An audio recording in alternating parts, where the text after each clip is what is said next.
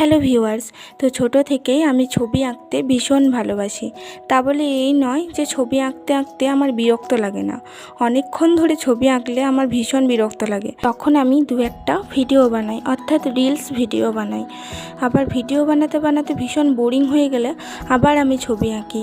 এইভাবেই চলে আর কি। তোমরা আবার নিখুঁত ছবি আঁকা আমার কাছ থেকে আশা করে নিও না, কারণ আমি কিন্তু কোনোদিন ড্রয়িং করা শিখিনি।